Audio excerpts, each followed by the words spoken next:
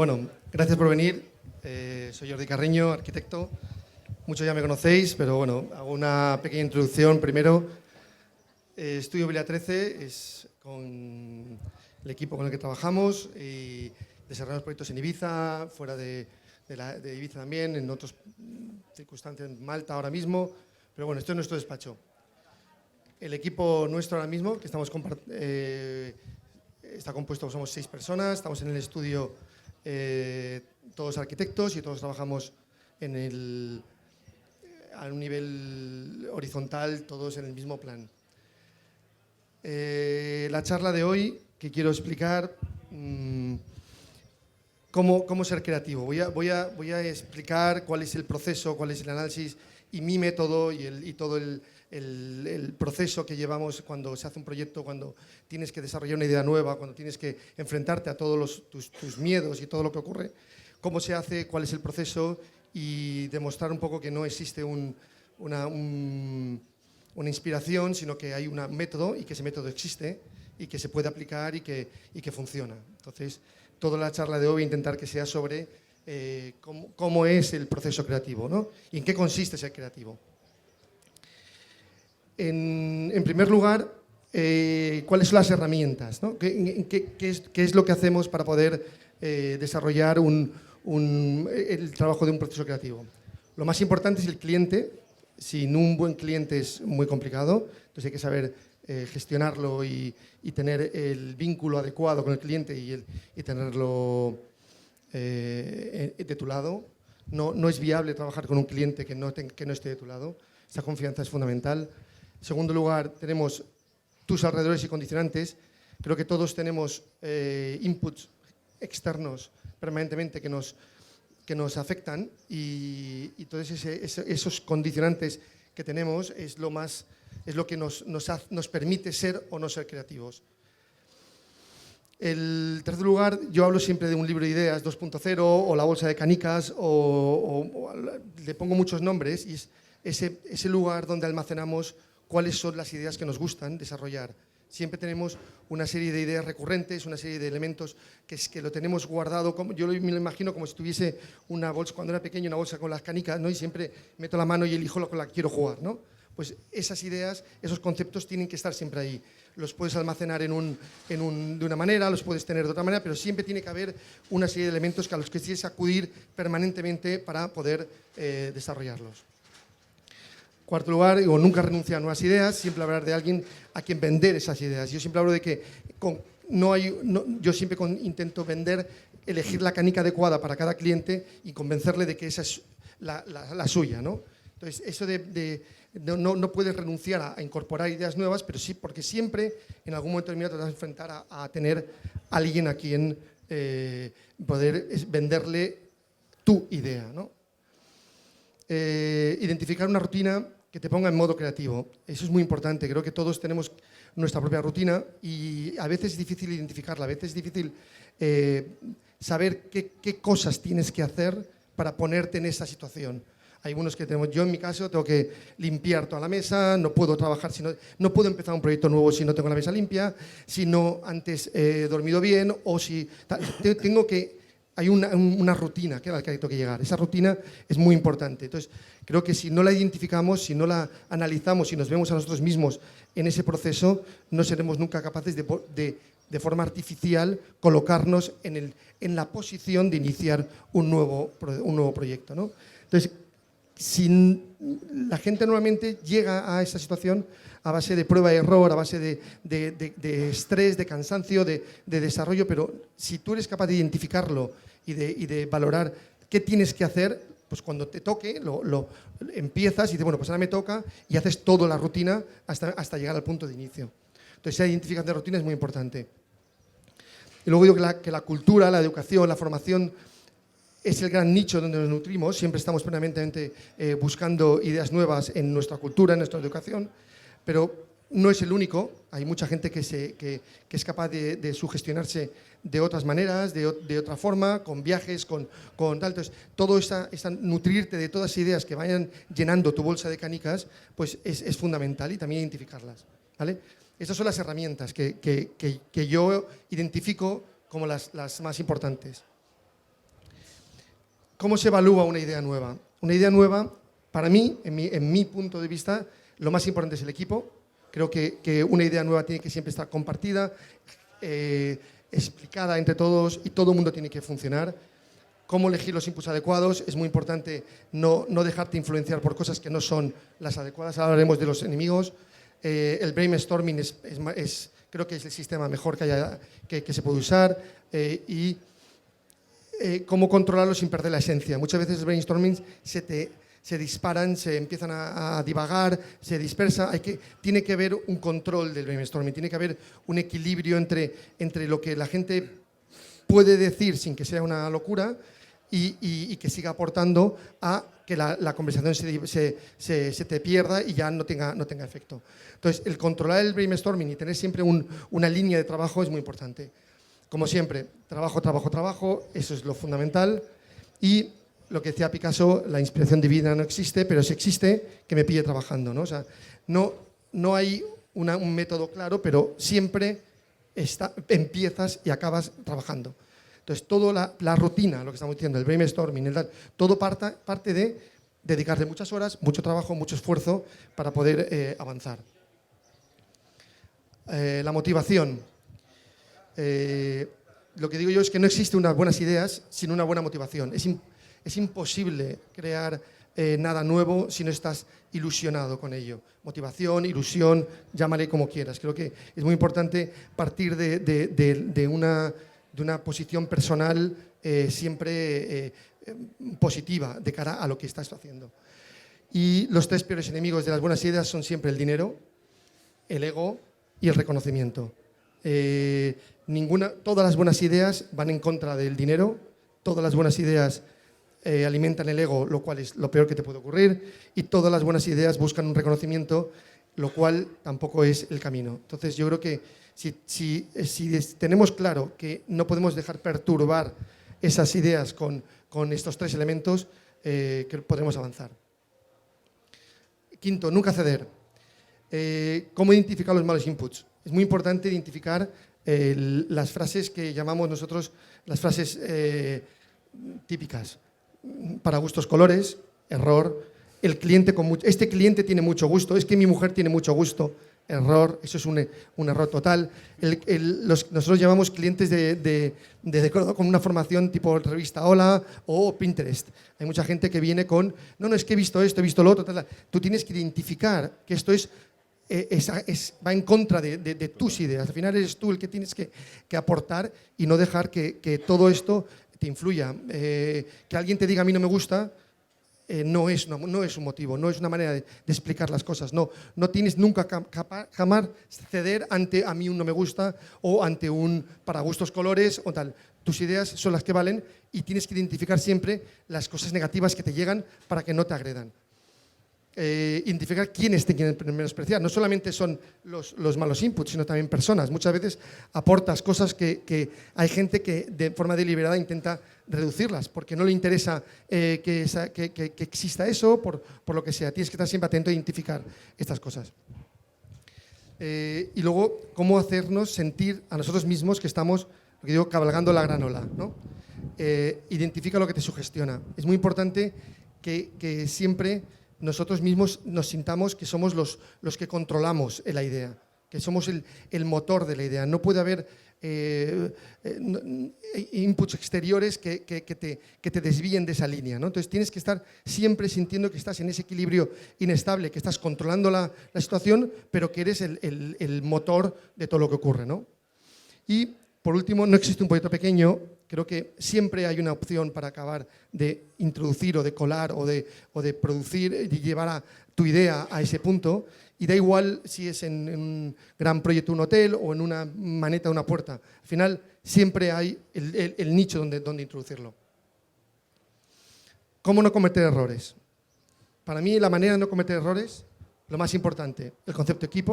O sea, si no tienes equipo, cometerás errores. Entonces, nuestro equipo, hemos puesto fotos, pero creo que es importante que te dejes influenciar y influenciar. O sea, no puedes hacerlo solo. Yo creo que hoy en día, y más aún con los proyectos, no es viable desarrollar nuestra carrera o nuestra profesión de forma independiente. La idea del arquitecto, Dios todopoderoso que tenía la mano, toda la creatividad y todo el proceso ya no existe. Entonces, el concepto de equipo es fundamental. Crear tu equipo de trabajo adecuado y todo depende de tu confianza. O sea, la manera de no cometer errores es que acabes siempre defendiendo la idea a pesar de que intenten destrozarla. 7, perdón. ¿Cómo sacar el máximo de ti mismo? Pues seguir siempre tus instintos, siempre. Esto yo creo que es fundamental, que entendamos que somos nosotros los que hacemos las ideas y son nuestros instintos. Por lo tanto, es el instinto nuestro el que vale y no es lo de fuera. Siempre las cosas de dentro hacia afuera. Eso es muy importante que lo tengamos siempre presente. Esta frase la digo mucho a mis hijos. Si ya sabes lo que está bien y lo que está mal, haz lo que está bien. ¿No? Tú no tienes dudas. Las dudas te vienen siempre de fuera. Nosotros internamente siempre sabemos que hacemos algo bien o hacemos algo mal. El problema está en cuando cambias, cuando decides no hacerlo. Entonces, es donde yo creo que siempre mantengamos la línea en ese concepto. Si sale de nosotros y es nuestra idea y es buena, es mejor eso que cualquier otra cosa. Siempre mantente ahí. Ponte cerca de las personas que admiras. Creo que es importante rodearse de gente que admiras en todos los aspectos de la vida, pero en el proceso creativo incluso más. Esto está muy relacionado con el tema del equipo. Tienes que tener siempre a tu lado gente a la que sientes que están por encima de ti o que tienes una admiración hacia ellos. Nunca copiar. Esta idea siempre lo digo. Nosotros no copiamos, sino que evolucionamos las ideas. Le damos una vuelta más a la rueda. No inventamos la rueda cada día, sino que lo que hacemos es le damos un giro más. Eso es lo máximo a lo que llegamos. Y el siguiente proyecto a lo mejor le damos un giro más y el siguiente un giro más, pero no inventamos la rueda. ¿Vale? Eso para nosotros es muy importante. Especialistas en nada, genios de todo. Igual, hay que ser genio y figura y hay que saber un poco de todo, pero al final si tú no eres un poco genio y un poco capaz de llegar a muchos aspectos, no podrás introducir tus ideas en todos los aspectos. No te puedes quedar cerrado en un ámbito de la vida nada más, ¿no? Y la visión tridimensional de la historia y nuestras experiencias. Hay que leer en diagonal. Hay que entender siempre que las cosas no ocurren de forma lineal, sino que siempre saltas de lo que te ocurrió un día, luego te vuelve a correr 7 años después, lo relacionas con lo que viste en la carrera, con tu infancia y con lo que te han contado en una historia. Entonces, esa visión diagonal de lo que ocurre, que no es lineal, es muy importante siempre que seas capaz de leerla, que las cosas no vienen en un sentido estricto, directo, ¿no? 8, la creatividad está en cualquier parte. Esto es un poco la base de todo. Yo digo que siempre existe algo de creatividad en cualquier trabajo. Es como el ajedrez. Siempre hay una salida, hay una opción, hay un camino posible, siempre. O sea, siempre existe la posibilidad, aunque tengas un mal cliente, un mal proyecto, poco dinero, poca situación, siempre existe la posibilidad de hacer algo bueno, siempre. Y no puedes dejarlo. Debes encontrar tu camino. Eso es la identidad evolutiva, o sea, con tu propio camino puedes evolucionar y cuando te sientes y nunca te sientas atrapado, nunca te quedes bloqueado, y eso es la diversidad evolutiva, se soluciona con diversidad, o sea, teniendo la bolsa de canicas muy llenas, nunca acabas quedándote atrapado. Si tú solo tienes una única identidad, acabarás creando un sistema propio y cerrado que no te permitirá cambiar de ideas, aportar nuevas cosas. Entonces, la identidad evolutiva es muy importante para tener tu camino, pero la diversidad evolutiva es más importante para tener muchas opciones a la hora de poder elegir cuando estás en una situación de bloqueo. Espera un segundo. Bueno, y ahora las 10 reglas de oro. Esto es como los 10 mandamientos y con esto acabo la charla. Las 10 reglas de oro es, para mí, bueno, os voy a contar un poco cómo... Bueno, sigo, luego cuento. La regla número 1. Solo la libertad económica nos permite ser creativos. O sea, hay que aislarse del dinero, aislarse de toda la propuesta económica, porque si no, no es viable. O sea, para mí esta es la regla número 1 y es la más importante. Tanto a nivel personal como económicamente el cliente, con tu economía, tu estudio, tus equipos. El tema económico no puede ser siempre bloquea. Si has repetido el proyecto 7 veces, estás en la 7ª o 8ª revisión y te la pagan una vez nada más, eso te bloquea. Por lo tanto, solo si estás libre económicamente eres capaz de seguir aportando y que el proyecto mejore. La regla número 2. Regala felicidad con tu creatividad. Tú también serás feliz. Esto es que hay que, en vez de vender gato por liebre, hacemos al revés, vendemos libres por gatos. A pesar de que nos están creando una situación complicada, siempre tienes que tú aportar más. Tienes que ser más feliz. Da igual el motivo, da igual cómo lo hagas, pero si no aportas más, no llegarás a hacer una buena idea. La regla número 3, crear es una cosa, influir es otra. Hay muy poca gente que puede crear y además influir. Esto es importante. Hay que diferenciar entre crear e influir. O sea, solo cuando ya llegas a un punto muy importante empiezas a influir. Entonces, creo que eso, cuando ya llegas al punto de influir, es cuando trasciende de ti todo lo que has hecho. Entonces, afectas a mucha otra gente y los demás empiezan a copiarte o empiezan a seguirte. Entonces, hay que identificar también eso, ¿no? Que no es solo crear, sino que tienes que llegar a educar, llámalo influir, llámalo sugestionar a otros, ¿vale? con tus proyectos. Las personas creativas ven lo que otras personas no pueden ver. La regla número 4. Pues esto, ¿qué quiere decir? Que hay que buscar donde los demás no ven. Entonces es importante estar siempre con una visión abierta y amplia para encontrar sugestiones en lugares donde nadie más se lo podría imaginar. Regla número 5, la mezcla de las ideas. Una idea te lleva a la otra, así es como funciona. El proceso de desarrollo de una idea, de un proyecto, funciona a base de la mezcla de ideas. Siempre vas de una a otra, y tienes que hacer ese camino permanentemente. La regla número 7, creatividad, técnica, concepto y sensibilidad, el Dream Team. La creatividad es una cosa, pero siempre tienes que tener técnica, siempre tienes que tener concepto y siempre tienes que tener sensibilidad. La creatividad sola no funciona. Funciona cuando tienes los 4. Eso es muy importante también. La 8, el instinto, la intuición, la magia. Tenemos que introducir la anarquía en nuestro método de trabajo. Hay que ser un poco arriesgado, un poco anárquico, un poco alocado para poder llegar sin miedo a aportar algo nuevo y algo que no se ha hecho hasta ahora. Entonces, creo que esa intuición o magia, llámalo como ese instinto que tenemos, es lo que diferencia a la persona creativa de la que no lo es. Y esto también es muy importante.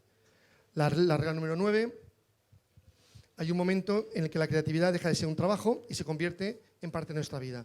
¿Qué quiere decir? Que todo lo que haces permanentemente y en todo momento está vinculado a este proceso creativo que estoy explicando. Y la regla número 10, pues las ideas son fáciles, pero solo hay que tenerlas.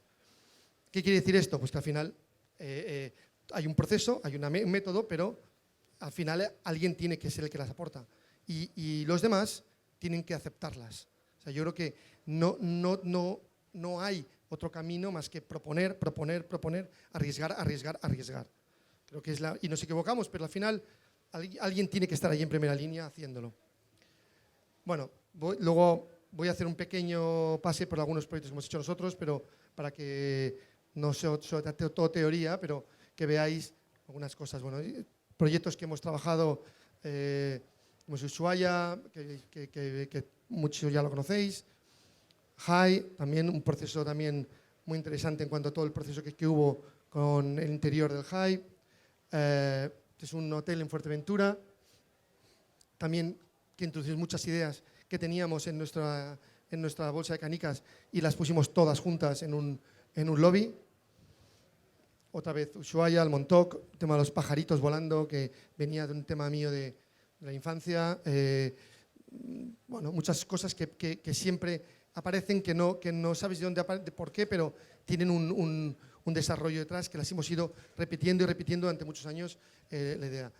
Esta idea en la llana, una imagen de unas cometas en Guatemala, nos gustó cómo era, se aportó, se hizo todo el proceso, llegó a un restaurante y ahora es la identidad del restaurante a todos los niveles, simplemente porque un día estábamos en un parque y vimos unas cometas en el aire. Entonces todo eso se traslada luego al proyecto, el proyecto se crea, se construye y la marca ya hay una marca de esto. O sea, la marca, bueno, igual con Ushuaia, con Jai, todas nuestras ideas trascienden y ya están en todas las tarjetas, en todos los webs, en todas las cosas. Y esta marca se va a crear en otro sitio y se desarrolla. Entonces, cuando ya influyes, ¿no? Bueno, una casa también que hemos hecho. Otra casa, para que veáis un poco el concepto de la caja, que lo hemos trabajado mucho nosotros. También más caja, esto es en Sabina. Esto es un proyecto grande en Malta ahora, un hotel. Y, bueno, y para acabar, esta imagen me gusta a mí mucho. Solamente decir que lo que intento es provocar un poco esta sensación de que todos podemos llegar a aportar algo nuevo en esa vuelta de rueda que tenemos que hacer. Y yo animo a que se sea valiente, se arriesgue, se cambie de chip, nos cambiemos de pantalones, de camisa, lo que haga falta, pero que se haga. Y con eso ya he acabado. Muchas gracias. Sí, señor. Jordi, vente por aquí. Vente. Bueno, Jordi, yo estaría horas escuchándote, me has dejado más motivado ahora que saldría corriendo a montar el Empire State, no sé, te lo digo en serio. Y aparte me gustaría hacerte un par de preguntas, como una de ellas, ¿qué opinas de una iniciativa como esta primera feria de construcción inmobiliaria aquí en Ibiza, este Ibiza Home Meeting? Bueno, yo creo que ya era hora. Creo que hacía falta poner en valor el mercado que hay en Ibiza. Creo que ha habido una evolución muy importante en los últimos 10 años en la isla y hacía falta este reconocimiento porque yo he tenido la suerte de estar trabajando fuera y no nos damos cuenta de lo bien que se trabaja aquí, de la cantidad de profesionales que hay, que son muy buenos, que están haciendo cosas excepcionales y que realmente nadie las ve. Entonces ahora se habla mucho de turismo, permanentemente se pone en valor los hoteles, tal, pero no se pone en valor quién lo construye y quién lo hace. Yo creo que esto era una oportunidad muy buena para que se hiciese. Hablando de opiniones, también me gustaría saber tu opinión acerca de cómo es la gestión administrativa en el desarrollo de la actividad de la construcción aquí en Ibiza. Ese es nuestro gran caballo de batalla. Creo que ahí es donde está todo el problema real, nuestra mayor losa que arrastramos es la de muy deficiente gestión administrativa que hay en la isla.